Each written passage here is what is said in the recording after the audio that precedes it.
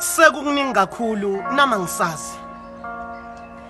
Abanye basola umongameli, abanye basola izwe laseShayina, mina ngisola nina ngokungafuni ukufuna iqiniso. Nifuna ukuluswa njengezilwanyana noma nibona kudlalwa ngani nivumela yonke into nigcina ngokukhuluma nje kuphela nenzi. Nibona ihlobo nabafowethu bephela ngisola sengathi asisona isizukulwana salamadoda asale empini yasesandlwana ngoba thina singamavaka. Umongameli alikhe liba lishilo.